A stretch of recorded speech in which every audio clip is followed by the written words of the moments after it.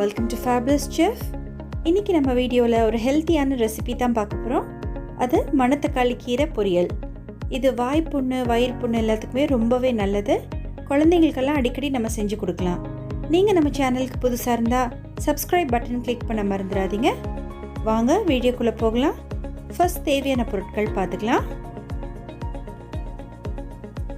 கடுகு 1 டீஸ்பூன் எடுத்துக்கோங்க. உடைச்சி உளுந்து 1 டீஸ்பூன் எடுத்துக்கலாம். ஒரு 3 பச்சை மிளகாய் எடுத்துக்கோங்க. கொஞ்சம் கருவேப்பிலை எடுத்துக்கோங்க. நான் இன்றைக்கி 2 பெரிய வெங்காயத்தை இந்த மாதிரி பொடியாக கட் பண்ணி வச்சுருக்கேன். நீங்கள் சின்ன வெங்காயம் வேணாலும் யூஸ் பண்ணிக்கலாம். கீரையை நல்லா கழுவி பொடியாக கட் பண்ணி வச்சுக்கோங்க. ஒரு அரை மூடி தேங்காயை திருவி வச்சுக்கோங்க. இப்போ ஒரு வடசட்டி எடுத்துக்கோங்க. எப்போவுமே இந்த கீரைக்கு நெய் யூஸ் பண்ணுங்கள் தாளிக்கிறதுக்கு. அது ரொம்பவே ஒரு டேஸ்ட்டாக இருக்கும், வயிற்றுக்கும் நல்லது. ஒரு 2 டேபிள் ஸ்பூன் அளவுக்கு ஃப்ரெஷ்ஷான நெய் சேர்த்துக்கலாம். நெய் சூடானதும் நம்ம எடுத்து வச்சுருக்கிற கடுகு 1 டீஸ்பூன், உடைச்சி உளுந்து 1 டீஸ்பூன் சேர்த்துக்கலாம்.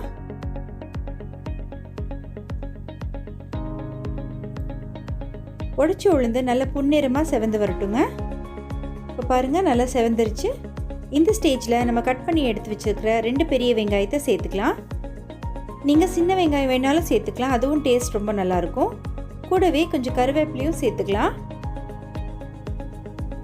நான் இன்றைக்கி 3 பச்சை மிளகாய் எடுத்திருக்கேன். நீங்கள் உங்கள் காரத்துக்கு தகுந்த மாதிரி பச்சை மிளகாயை அட்ஜஸ்ட் பண்ணிக்கோங்க. இது எல்லாத்தையுமே நல்லா வணக்கிக்கலாம்.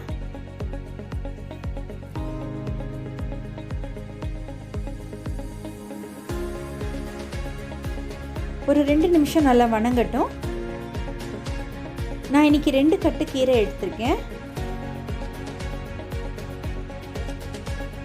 பாருங்கள், நம்ம நல்லா கழுவி கட் பண்ணி வச்சுருக்கிற கீரையை இப்போ சேர்த்துக்கலாம். இந்த கீரைக்கு தண்ணி சேர்க்காதீங்க, அதுவே தண்ணி விடும். இப்போ இந்த கீரைக்கு தேவையான அளவு உப்பு சேர்த்துக்கலாம். நான் இன்றைக்கி ஒரு அரை டீஸ்பூன் அளவுக்கு உப்பு சேர்த்துருக்கேன்.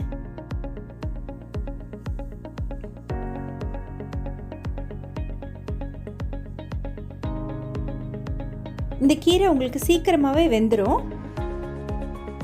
நல்லா வணக்கி விட்டுட்டு ஒரு 2 நிமிஷம் ஒரு தட்டு போட்டு மூடி வைங்க.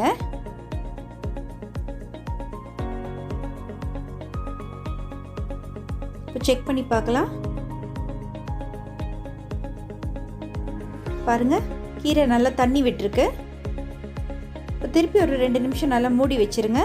அந்த தண்ணியெல்லாம் நல்லா வற்றி ட்ரை ஆகணும்.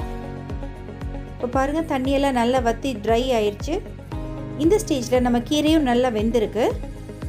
இப்போ நம்ம திருவி எடுத்து வச்சுருக்கிற தேங்காய் பூவை சேர்த்துக்கலாம். நான் இன்றைக்கி அரை மூடி தேங்காய் சேர்த்துருக்கேன். அது எல்லாத்தையுமே நல்லா கலந்து விட்டுக்கோங்க. உப்பெல்லாம் கரெக்டாக இருக்கான்னு செக் பண்ணிக்கோங்க. அவ்வளோதான் ஃப்ரெண்ட்ஸ், நம்மளோட சூப்பரான டேஸ்டியான கீரை பொரியல் ரெடி ஆயிடுச்சு. இந்த மணத்தக்காளி கீரை இல்லாட்டி சுக்குட்டி கீரைன்னு சொல்லுவாங்க. இது வாய்ப்புண்ணு வயிற்று புண்ணு எல்லாத்துக்குமே ரொம்பவே நல்லது. அடிக்கடி செஞ்சு கொடுக்கலாம். கண்டிப்பாக ட்ரை பண்ணி பாருங்கள். லைக் பண்ணுங்கள், கமெண்ட் பண்ணுங்கள், கண்டிப்பாக சப்ஸ்கிரைப் பண்ணுங்கள்.